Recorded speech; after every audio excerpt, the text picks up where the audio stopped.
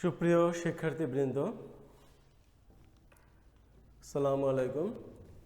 আজ তোমাদের তথ্য যোগাযোগ প্রযুক্তি বিষয়ের প্রথম অধ্যায় নিয়ে আমরা আলোচনা করছি। ইতিমধ্যে আর্টিফিশিয়াল ইন্টেলিজেন্স, তারপর মহাকাশ অভিযান, জেনেটিক ইঞ্জিনিয়ারিং, এরকম কয়েকটা টপিকস নিয়ে আমরা আলোচনা করেছি। আজ আমরা আলোচনা করব বায়োমেট্রিক্স নিয়ে। বায়োমেট্রিক্স দুইটা শব্দের সমন্বয়ে গঠিত। একটা হচ্ছে বায়ো আর দেন মেট্রিক্স। তাহলে বায়ো মানে হচ্ছে লাইফ বা জীবন, আর মেট্রিক্স হচ্ছে পরিমাপ করা। তাহলে কি হলো? জীবনের পরিমাপ করা। আসলে বিষয়টা এরকম না যে বায়োমেট্রিক্স জীবনের পরিমাপ, বা জীবন না বলে আমরা এখানে বায়ো মানে জীব বলি, জীবের পরিমাপ। আসলে কি জীবের পরিমাপ করা হয়? না, এখানে জীবের পরিমাপ ভাবে করা হয় না। যে জীবের বিভিন্ন ধরনের ইউনিক বৈশিষ্ট্য, একক বৈশিষ্ট্য, বিশেষ করে মানুষের ক্ষেত্রে যে বিভিন্ন ধরনের ইউনিক বৈশিষ্ট্য থাকে, যে সমস্ত বৈশিষ্ট্য দিয়ে দ্বারা সহজেই তাকে শনাক্ত করা যায়, এই সমস্ত বৈশিষ্ট্যকে ব্যবহার করাই মূলত হচ্ছে বায়োমেট্রিক্স। অর্থাৎ হচ্ছে যে বায়োলজিক্যাল যে বিভিন্ন ধরনের ডেটা, বায়োলজিক্যাল ইউনিক ডেটা যেগুলো দিয়ে শনাক্ত করা যাবে, সেই ডেটাগুলো বিশ্লেষণ করে তারপরে শনাক্ত করা বা সেই ডেটাটাকে ব্যবহার করাটাই হচ্ছে বায়োমেট্রিক্স। তো বায়োমেট্রিক্সের এই ক্লাস শেষে আমরা যে সমস্ত বিষয়ে ব্যাখ্যা করতে পারবো সেগুলো হচ্ছে বায়োমেট্রিক্স প্রযুক্তি ব্যাখ্যা করতে পারবো, বায়োমেট্রিক সিস্টেম বাস্তবায়নের উপাদান বর্ণনা করতে পারবো, যে বায়োসিস্টেমেটিক সিস্টেমের ক্ষেত্রে কি কি উপাদান প্রয়োজন হয়, তারপর বায়োমেট্রিক্সের মেকানিজম, কিভাবে বায়োমেট্রিক্স কাজ করে, এরপরে বায়োমেট্রিক্স প্রযুক্তিতে ব্যবহৃত মানুষের গঠনগত আচরণগত বৈশিষ্ট্য, কোন কোন গঠনগত আচরণগত বৈশিষ্ট্য বায়োমেট্রিক্সে ব্যবহৃত হয়, এবং বায়োমেট্রিক্স প্রযুক্তির প্রয়োগ ক্ষেত্রে কোন কোন স্থানে এটা প্রয়োগ করা হয়, কিভাবে প্রয়োগ করা হয়, বা কোন পদ্ধতি প্রয়োগ করা লাভজনক, বা কোন পদ্ধতি বেশ রিলায়েবল, এই সমস্ত বিষয় নিয়ে আমরা আজকের আলোচনা করব। তো প্রথমত আমরা যেটা বলছিলাম যে বায়োমেট্রিক্স হচ্ছে যে বায়োলজিক্যাল বিভিন্ন ধরনের জৈবিক ডেটা পরিমাপ করে এবং সেটা বিশ্লেষণ করার প্রযুক্তি। আমরা যদি সংজ্ঞা আকারে বলি, যেমন বায়োমেট্রিক্স সিস্টেম হলো এমন একটি প্রযুক্তি যা কোনো ব্যক্তির শারীরবৃত্তীয় আচরণগত বা উভয় বৈশিষ্ট্যকে ইনপুট হিসেবে গ্রহণ করে এবং এটি বিশ্লেষণ করে এবং প্রকৃত ব্যবহারকারীকে ব্যক্তি হিসেবে শনাক্ত করে। অর্থাৎ শারীরবৃত্তীয় বৈশিষ্ট্য অথবা আচরণগত বৈশিষ্ট্য অথবা উভয় বৈশিষ্ট্য এখানে ইনপুট হিসেবে ব্যবহৃত হয়, ব্যবহৃত করে সেটাকে বিশ্লেষণ করে তারপরে প্রকৃত ব্যবহারকারী তাকে শনাক্ত করা হয়। তো বায়োমেট্রিক্যাল সিস্টেমে দুই ধরনের বৈশিষ্ট্য যেটা আমরা বলছিলাম, যে একটা হচ্ছে শারীরবৃত্তীয় বৈশিষ্ট্য আর একটা হচ্ছে আচরণগত বৈশিষ্ট্য। তো শারীরবৃত্তীয় বৈশিষ্ট্যগুলো কি কি আমরা যদি দেখি, শারীরবৃত্তীয় বৈশিষ্ট্য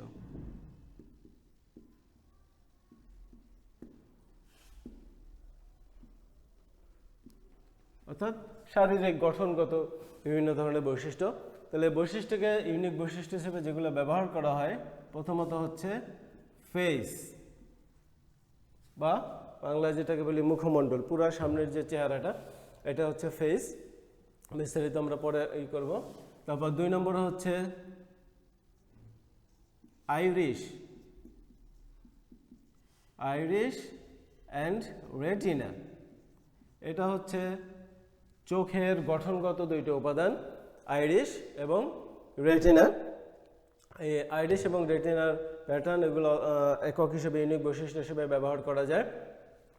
এরপর হচ্ছে ফিঙ্গারপ্রিন্ট।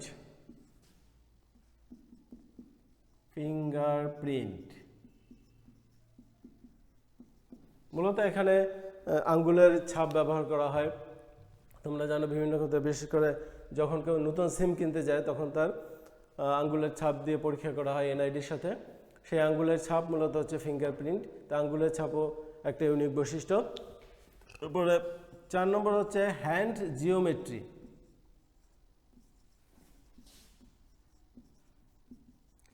জিওমেট্রি মানে জ্যামিতি, আসলে এখানে জ্যামিতি না, এখানে হচ্ছে হাতের, এই যে পুরা হাতের গঠন, হাতের পুরুত্ব, তার কৌণিক দূরত্ব কতটুকু, তার মধ্যবর্তী দূরত্ব কতটুকু, এই সমস্ত বিভিন্ন বৈশিষ্ট্য আমরা বিস্তারিত আলোচনা করব।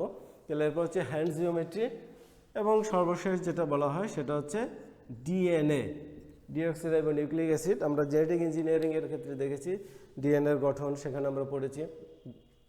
এই ডিএনএটাও যে একটা ইউনিক বৈশিষ্ট্য হিসেবে ব্যবহার করা যায়, ডিএনএ ম্যাচিং। এটা বিস্তারিত আমি পরের ক্লাসে বিস্তারিত একটু পরে আলোচনা করছি। এরপরে হচ্ছে আচরণগত বৈশিষ্ট্য।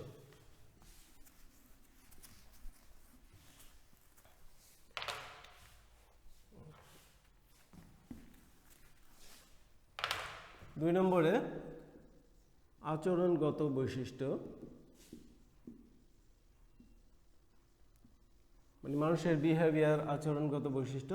তাহলে এই বৈশিষ্ট্যের মধ্যে আছে ভয়েস, কথা বলার যে কণ্ঠস্বর। তোমরা খেয়াল করবে যে আমরা এমনিতে স্বাভাবিকভাবে প্রাকৃতিকভাবে কারো ভয়েস দ্বারা শনাক্ত করতে পারি। যে কণ্ঠ শুনলে অনেক সময় আছে যে না দেখেও কণ্ঠ শুনেও তাকে শনাক্ত করতে পারি যে ভয়েসটা কার বা কণ্ঠস্বরটা কার। এরপর হচ্ছে সিগনেচার ভেরিফিকেশন। সিগনেচার ভেরিফিকেশন মানে স্বাক্ষর ভেরিফাই করা। তাহলে স্বাক্ষর ভেরিফাই করা হয় মূলত যে যখন স্বাক্ষরটা করা হয় তখন বিভিন্ন প্রেসার প্রয়োগ করা হয় সেই প্রেসারের উপর। এবং 3 নম্বরে হচ্ছে সর্বশেষ যেটা কি স্ট্রোক। কি স্ট্রোক যে বিভিন্ন ধরনের কি, আমরা যেমন মোবাইলের ক্ষেত্রে কি ব্যবহার করি, কম্পিউটার টাইপের সময় কি ব্যবহার করি, এই সমস্ত কি স্ট্রোক মানে কিভাবে এগুলো প্রেস করা হয়, কিটাকে কোন ধরনের বলে প্রয়োগ করা হয়, কি গতিতে প্রয়োগ করা হয়, এগুলোও একটা ইউনিক বৈশিষ্ট্য হিসেবে ব্যবহার করা হয়। তাহলে এগুলো হচ্ছে আমাদের বায়োমেট্রিক্সের প্রকারভেদ, যে 2 ধরনের বৈশিষ্ট্যের উপর ভিত্তি করে। একটা হচ্ছে শারীরবৃত্তীয় বৈশিষ্ট্য বা গঠনগত বৈশিষ্ট্য আমরা বলতে পারি, শারীরবৃত্তীয় গঠনগত বৈশিষ্ট্য, এবং আরেকটা হচ্ছে আচরণগত বৈশিষ্ট্য। এখন বায়োমেট্রিক্স কিভাবে কাজ করে বা বায়োমেট্রিক সিস্টেমের উপাদানসমূহ কি উপাদান ব্যবহৃত হয় এক্ষেত্রে। এটা যদি আমরা একটা স্ট্রাকচার হিসেবে দেখি, তাহলে প্রথমে আমাকে ইনপুট দিতে হবে, ইনপুট ইন্টারফেস।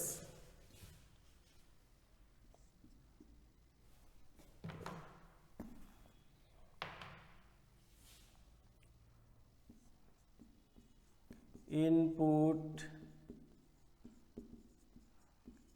ইন্টারফেস এটা হলো সেন্সরযুক্ত। তাহলে এখানে ইনপুট ইন্টারফেস হচ্ছে যে বৈশিষ্ট্যগুলোকে গ্রহণ করার জন্য বায়োসিস্টেমেটিক্সে যে সমস্ত সংবেদনশীল উপাদান সেগুলোকে গ্রহণ করে সেটাকে ডিজিটাল ডেটায় রূপান্তর করে ইনপুট ইন্টারফেস। এখানে সেন্সর থাকে, সেন্সরের সাহায্যে এই কাজটা করা হয়। এই ইনপুট নেওয়ার পরে এটা একটা প্রসেসিং ইউনিটে যাবে, প্রসেসিং ইউনিট। অর্থাৎ এখানে যে ইনপুটটা নেওয়া হলো সেই ইনপুটটাকে প্রসেস করা হবে। প্রসেস করে আসলে কি করবে? প্রসেস করবে এবং এই প্রসেসকৃত ডাটা পূর্বে একটা ডাটাবেজে প্রসেস করে তারপর একটা ডাটাবেজে সংরক্ষণ করে রাখতে হয়। আগেই একটা ডাটাবেজে সংরক্ষণ করে রাখতে হয়, পরবর্তীতে যখন আমরা এগুলো চেক করতে যাব, ম্যাচিং করতে যাব, তখন এই ডাটাবেজের সাথে এই যে ইনপুটকৃত ডাটা, এই 2টা ডাটা এখানে ম্যাচ করানো হয়। প্রসেসিং ইউনিট হচ্ছে এখানে ডাটাবেজের যে ডাটা থাকবে এবং যে ডাটাটা ইনপুট হিসেবে নেওয়া হবে, এই 2টা ডাটাকে ম্যাচ করা হয়। যদি ম্যাচিং হয়ে যায় তাহলে কি হবে? ম্যাচিং হোক বা না হোক, তাহলে সেটা একটা আউটপুট দেখাবে।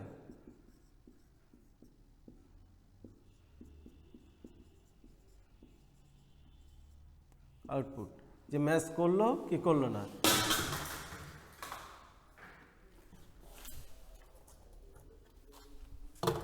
Yes or no. তো এখানে মূলত যদি ম্যাচ করে তাহলে ইয়েস হবে, ম্যাচ না করলে হবে নো।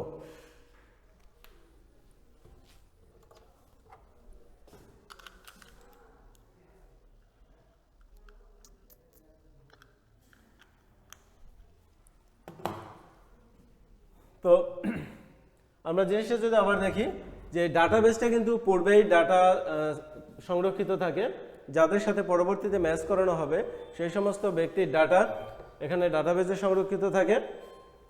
যেমন ধরো কোনো একটা কক্ষে প্রবেশ করতে হবে, প্রবেশমুখে এরকম একটা সিস্টেম থাকবে যে ফিঙ্গারপ্রিন্ট দিয়ে প্রবেশ করতে হবে। ফিঙ্গারপ্রিন্ট দিলে তবে এগুলো বিভিন্ন ধরনের তোমরা হাইফাই মুভি যেগুলো আছে সেখানে তোমরা দেখেছো। তো ফিঙ্গারপ্রিন্ট দিয়ে দরজাটা খুলতে হবে। তাহলে ফিঙ্গারপ্রিন্ট দিলে সে তাহলে শনাক্ত করবে কীভাবে যে কে ঢুকতে পারবে আর কে ঢুকতে পারবে না। তাহলে সেক্ষেত্রে কি করা হয়, যারা ঢুকতে পারবে তাদের ফিঙ্গারপ্রিন্ট আগেই ইনপুট দেওয়া হয়, অর্থাৎ ডাটাবেজে সংরক্ষিত করা হয়। ইনপুট দিয়ে সেটাকে ডিজিটাল সংকেতে রূপান্তরিত করে ডাটাবেজে রাখা হয়। তারপর যে এখানে প্রবেশ করবে সে ফিঙ্গারপ্রিন্টটা দিবে ইনপুট ইন্টারফেসে। ইনপুট ইন্টারফেসে যখন সে ফিঙ্গারপ্রিন্ট দিবে তখন সে ডাটাবেস থেকে এখানে প্রসেসিং ইউনিটে দুইটা প্রসেস করবে। যে প্রসেস করে যদি ম্যাচ করে অর্থাৎ দুইটা একই রকম হয়, যে ডাটাবেসে যে তথ্যগুলো থাকে সে তথ্যের সাথে যদি ওই ফিঙ্গারপ্রিন্ট মিলে যায় তাহলে সে প্রবেশ করতে দিবে, অন্যথায় প্রবেশ করতে দিবে না। তো সে প্রবেশ করতে দিবে মানে ইয়েস অর নো, তখন আউটপুট ইন্টারফেস হিসেবে যখন প্রবেশ করতে দিবে তখন দরজা খুলে যাবে, প্রবেশ করতে না দিলে দরজা খুলবে না, একটা এরর মেসেজ দেখাবে। তাহলে এই হচ্ছে মোটামুটি বায়োসিস্টেমেটিক্স সিস্টেমের মৌলিক উপাদানগুলো। তাহলে এই কার্যপ্রক্রিয়াটাকে আমরা সংক্ষেপে যদি বলি তাহলে বলতে পারি যে সেন্সর ব্যবহার করে ব্যবহারের কাছ থেকে প্রথমত নমুনা গ্রহণ করা হয়। নমুনা গ্রহণ করে প্রক্রিয়াকরণ ইউনিট ব্যবহার করে নমুনা থেকে গুরুত্বপূর্ণ বৈশিষ্ট্যগুলা, অর্থাৎ যে বৈশিষ্ট্যগুলা ইউনিক বৈশিষ্ট্য হিসেবে কাজ করবে সেই বৈশিষ্ট্যগুলো বের করে আনা হয় এই ইনপুট ইন্টারফেস থেকে।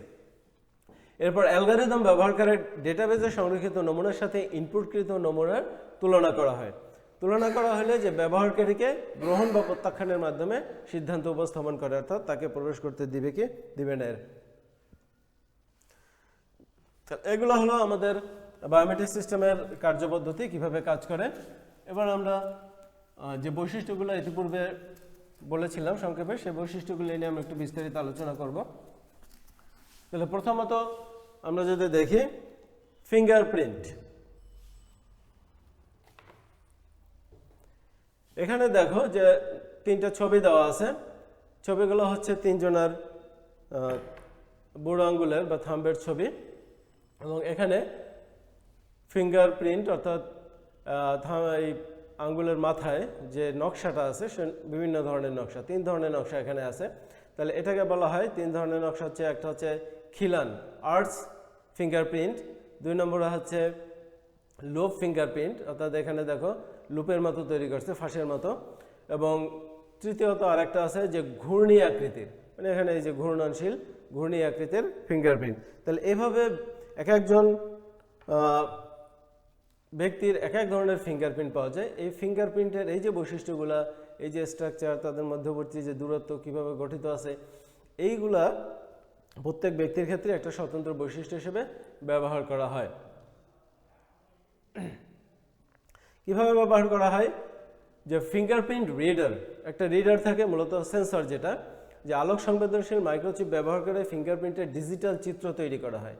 এই যে এখানে ফিঙ্গারপ্রিন্ট দেওয়া হলো, এটা একটা ডিজিটাল ছবি তৈরি করা হলো।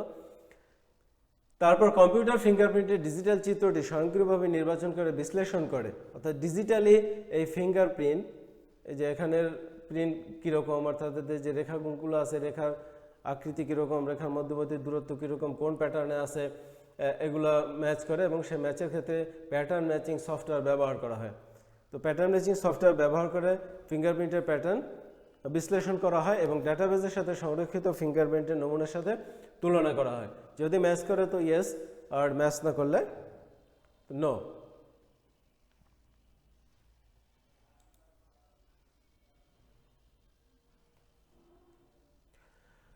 তো ওই ফিঙ্গারপ্রিন্টের ক্ষেত্রে কী কী সুবিধা অসুবিধা আছে, এদের ব্যবহার কী, সেগুলো যদি আমরা দেখি, যে প্রথমত খরচ তুলনামূলক কম, অর্থাৎ ফিঙ্গারপ্রিন্টের যে মেশিনগুলো আছে যেগুলো ব্যবহার করে ফিঙ্গারপ্রিন্ট ইনপুট নেওয়া হয় তারপর প্রসেস করা হয়, সে প্রসেসিংয়ের ক্ষেত্রে খরচ ব্যয় কম। শনাক্তকরণের জন্য কম সময় লাগে, যে আমরা যে সেন্সর বা মেশিনটা যদি আমরা ফিঙ্গারপ্রিন্ট ডিটেক্টিং মেশিন যেটা থাকে সেন্সরযুক্ত, সেখানে ফিঙ্গারপ্রিন্ট দেওয়ার সাথে সাথে খুবই দ্রুত এই কাজটা হয়ে যায়, মানে শনাক্তকরণের জন্য খুবই কম সময় লাগে এবং এটা অত্যন্ত নির্ভরযোগ্য, সুরক্ষিত। ডেটাবেজে অল্প মেমোরির প্রয়োজন হয়, অর্থাৎ ডেটাবেজে শুধুমাত্র ফিঙ্গারপ্রিন্টের যে ডিজিটাল চিত্র সেটা রাখা হয়, এতে খুবই অল্প পরিমাণে জায়গা হয়, বেশি পরিমাণে ডেটাবেজের দরকার হয় না। এরপর অসুবিধা আছে, অসুবিধার মধ্যে যে আঙ্গুলের শুষ্কতা, ময়লা বা অন্য কোনো প্রকার আস্তর লাগানো থাকলে শনাক্তকরণে সমস্যা হয়। যে হাতের আঙ্গুল যেখান থেকে ছাপ নেওয়া হবে সেখানে যদি শুষ্ক হয়ে যায় অথবা যদি কোনো ময়লা লাগানো থাকে অথবা এর উপর যদি কোনো আস্তর লাগানো থাকে, তাহলে ওই সেন্সরটা ডিটেক্ট করতে পারবে না, ভুল রিডিং দিবে, তখন সে ম্যাচও করতে পারবে না, নন ম্যাচ হয়ে যাবে। আবার অন্য বিষয় আছে, যে আমরা কারো ফিঙ্গারপ্রিন্ট, অন্য আরেকজনের ফিঙ্গারপ্রিন্ট যদি অন্য কোনোভাবে প্রিন্টটা নেওয়া হয়, নিয়ে যদি সেই সেন্সরে দেওয়া হয়, তাহলে সে ম্যাচ করবে। তাহলে এখানে ব্যক্তির উপস্থিতি না থাকলে অনেক সময় চর্যবৃত্তি করা যায়। এরপর হচ্ছে ছোটো বাচ্চাদের জন্য এগুলো উপযুক্ত না, কারণ হচ্ছে বাচ্চারা দ্রুত বর্ধনশীল, দ্রুত বৃদ্ধিপ্রাপ্ত হয়, দ্রুত বৃদ্ধির সাথে সাথে তাদের আঙুলের যে ছাপ, ফিঙ্গারপ্রিন্ট, এগুলো খুব দ্রুত পরিবর্তন হয়, দ্রুত বৃদ্ধিজনিত কারণে দ্রুত পরিবর্তিত হয়, কিন্তু যখন বয়স্ক হয়ে যায় তখন অত পরিবর্তন হয় না। কোন কাজে ব্যবহার করা যায়? কোনো প্রোগ্রাম বা ওয়েবসাইটে ইউজার নেম পাসওয়ার্ডের পরিবর্তে আঙ্গুলের ছাপ ব্যবহার করা যায়। আমরা সাধারণত বিভিন্ন ওয়েবসাইটের ক্ষেত্রে, প্রবেশের ক্ষেত্রে, যেমন ফেসবুক, সেখানে ইউজার নেম এবং পাসওয়ার্ড ব্যবহার করি। তাই ইউজার নেম পাসওয়ার্ড ব্যবহার না করে আঙ্গুলের ছাপটাকেও ব্যবহার করা যায়। যেমন বর্তমানে যে আধুনিক যে মোবাইল আছে, উন্নত ধরনের যে মোবাইল আছে, সেখানে মোবাইল আনলক করার জন্য ফিঙ্গারপ্রিন্ট ব্যবহার করা যায়, ফেস রিকগনিশন ব্যবহার করা যায়। 2 নম্বর হচ্ছে প্রবেশের দিকে নিয়ন্ত্রণ, যেটা তোমাদের বললাম, যে কোনো একটা দরজায় যদি এই সিস্টেম থাকে যে কারা কারা প্রবেশ করতে পারবে, সেটা ডাটাবেজে থাকবে। তো যখন আঙ্গুলে ছাপ দিবে তখন যদি ম্যাচ করে তখন সে দরজা খুলবে, আর না হলে খুলবে না।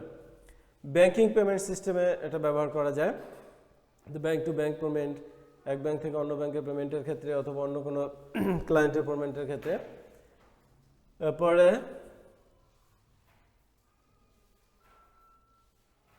4 নম্বরে বিভিন্ন অফিস, শিক্ষা প্রতিষ্ঠান, কলকারখানা ইত্যাদিতে উপস্থিতি নির্ণয়। যেটা আগে বললাম যে কে কে উপস্থিত হইল, সেটা যদি ওই ডিটেক্টিং মেশিনে এসে যখন সে উপস্থিত হবে নির্দিষ্ট টাইমে তাদের কলকারখানায় অথবা অফিস আদালতে যখন উপস্থিত হবে, তখন সেটা ফিঙ্গারপ্রিন্ট দেবে, ফিঙ্গারপ্রিন্ট দিয়ে ম্যাচ করবে, ম্যাচ করলে তারপর সে তার তথ্য ওখানে সংরক্ষিত হবে যে সে উপস্থিত হয়েছে। এইভাবে বিভিন্ন ক্ষেত্রে বর্তমানে ব্যবহার করা হচ্ছে, বিভিন্ন কলকারখানার ক্ষেত্রে, তারপর অনেক শিক্ষা প্রতিষ্ঠানের ক্ষেত্রেও ব্যবহার করা হচ্ছে।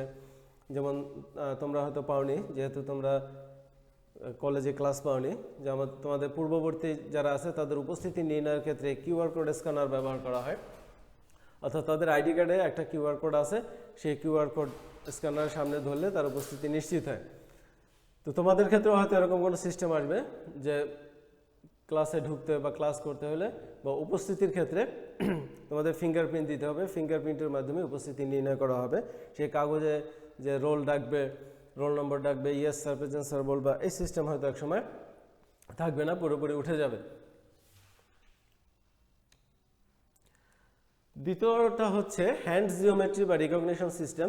এখানে একটা চিত্র দেখো, যে হাতের এখানে ফিঙ্গার লেন্থ, মানে আঙ্গুলের দৈর্ঘ্য কতটুকু, আঙ্গুলের প্রস্থ কতটুকু, তাদের কৌণিক অবস্থান কতটুকু, তাদের হাতের তালুর দৈর্ঘ্য কতটুকু, এরপর ফিঙ্গার প্যারামিটার, এই যে এই সমস্ত বৈশিষ্ট্য হ্যান্ড জিওমেট্রি, এই সমস্ত বৈশিষ্ট্য হচ্ছে মূলত হ্যান্ড জিওমেট্রি, মানে হাতের মূলত গঠন, আঙ্গুলের গঠন, আঙ্গুলের মধ্যবর্তী স্ট্রাকচার, এগুলো পরিমাপ করে ওই আগের মতোই যে ফিঙ্গারপ্রিন্টের মতোই যে ডাটাবেজে সংরক্ষিত নমুনার সাথে যে ডিজিটাল ডাটাবেজে যে তথ্য সংরক্ষিত থাকে তার সাথে এটাকে ম্যাচ করে তারপর ব্যবহার করা হয়। এক্ষেত্রে দেখো কি করা হয়, দুইটা পদ্ধতি আছে। একটা হচ্ছে ইমেজ অ্যাকুইজিশন বা চার্জড কাপল ডিভাইস। একটা ডিভাইস সিসিডি বলা হয় সংক্ষেপে। এই ডিভাইসের মাধ্যমে প্রথমে এই যে হাতটাকে রাখা হয় ডিভাইসের উপরে রাত্রে, সেখান থেকে ফিচার এক্সট্রাকশন, অর্থাৎ ওখানকার ছবি তুলে যে ইউনিক যে বৈশিষ্ট্যগুলো আছে, হাতের যে বৈশিষ্ট্যগুলো আছে সেই বৈশিষ্ট্যগুলোকে এক্সট্রাক্ট করা হয়। এক্সট্রাক্ট করলে তারপর এখানে টেমপ্লেট তৈরি হয়। টেমপ্লেট তৈরি করে সেই টেমপ্লেটটাকে কম্প্যারিজন করা হয়, অর্থাৎ প্রসেসিং করা হয়। প্রসেসিং করে ডাটাবেজের সাথে মিলানো হয়, যদি ম্যাচ করে তো আইডেন্টিটি ভেরিফাইড। আর একটা আছে যে ইমেজ অ্যাকুইজিশন বাই স্ক্যানার। স্ক্যানারের সাহায্যে এই কাজটা করা যায়, সিসিডির মাধ্যমে যেটা করে সেটা স্ক্যানারের মাধ্যমে করা যায়। একই পদ্ধতি, স্ক্যানের উপর হাত রাখলে তারপরে বৈশিষ্ট্যগুলো এক্সট্রাক্ট করা হয়। এক্সট্রাক্ট করলে একটা টেমপ্লেট তৈরি হলো, এখানে ম্যাচ করবে। ম্যাচ করলে আইডেন্টিফাই ভেরিফাইড। আর যদি ম্যাচ না করে, নো ম্যাচ করে, তাহলে এরকম একটা বার্তা দিবে যে ট্রাই অ্যাগেন, পুনরায় চেষ্টা করো। এখানে সুবিধা হচ্ছে যে ব্যবহার করা অন্তত সহজ, একবারে ফিঙ্গারপ্রিন্টের মতোই হ্যান্ড জিওমেট্রি ব্যবহার করা সহজ। সিস্টেমে অল্প মেমোরি দরকার হয়, বেশি পরিমাণে মেমোরি দরকার না। অসুবিধার মধ্যে হচ্ছে ডিভাইসগুলোর দাম ও ইনস্টলেশন ব্যয় তুলনামূলক বেশি। ফিঙ্গারপ্রিন্টের জন্য যে ইনস্টলেশন বা যে পরিমাণ যন্ত্রপাতি দরকার তার চেয়ে এখানে যে যন্ত্রপাতিগুলো দরকার হয় তার ব্যয় বেশি। ফিঙ্গারপ্রিন্টের চেয়ে এই ফলাফলের সূক্ষ্মতা কম, এটা মানে কম রিলায়েবল বলা যায় যেহেতু সূক্ষ্মতা কম। এবং 3 নম্বর হচ্ছে যে আর্থারাইটিস রোগীর জন্য উপযোগী না। কারণ এখানে ছবিতে দেখছো যে আর্থারাইটিস হইলে যে আঙ্গুলের স্ট্রাকচার ঠিক থাকে না, আঁকাবাঁকা হয়ে যায়, অন্যরকম হয়ে যায়। তো এই স্ট্রাকচার ঠিক না থাকার কারণে যারা আর্থারাইটিস রোগী তাদের ক্ষেত্রে হ্যান্ড জিওমেট্রি কাজ করবে না। ব্যবহার ওই ফিঙ্গারপ্রিন্টের মতো একই রকম, যে এয়ারপোর্টের আগমন নির্গমন নিয়ন্ত্রণ করা যায়। কারণ পাসপোর্টের ক্ষেত্রে যদি হ্যান্ড জিওমেট্রি তথ্য দেওয়া থাকে, ওইটার ডাটাবেস তোমরা এখন জানো যে ই পাসপোর্ট দেওয়া হচ্ছে। ই পাসপোর্টের ক্ষেত্রে একটা চিপ থাকে, সেখানে যাবতীয় তথ্য থাকবে, ফিঙ্গারপ্রিন্ট, হ্যান্ড জিওমেট্রি সব তথ্যগুলো যদি থাকে এবং থাকবে, সেই তথ্যের মাধ্যমে এয়ারপোর্টের আগমন নির্গমন নিয়ন্ত্রণ করা যায় এবং খুব সহজে অল্প সময়ে হয়ে যায়। তারপর বিভিন্ন প্রতিষ্ঠানে চাকরিজীবীদের উপস্থিতি নির্ণয় আগের মতোই ফিঙ্গারপ্রিন্ট যেভাবে উপস্থিতি নির্ণয় করে, এখানেও হ্যান্ড জিওমেট্রির মাধ্যমে ডাটাবেজে সংরক্ষিত তথ্যের সাথে এগুলো মিলানো হয়। তো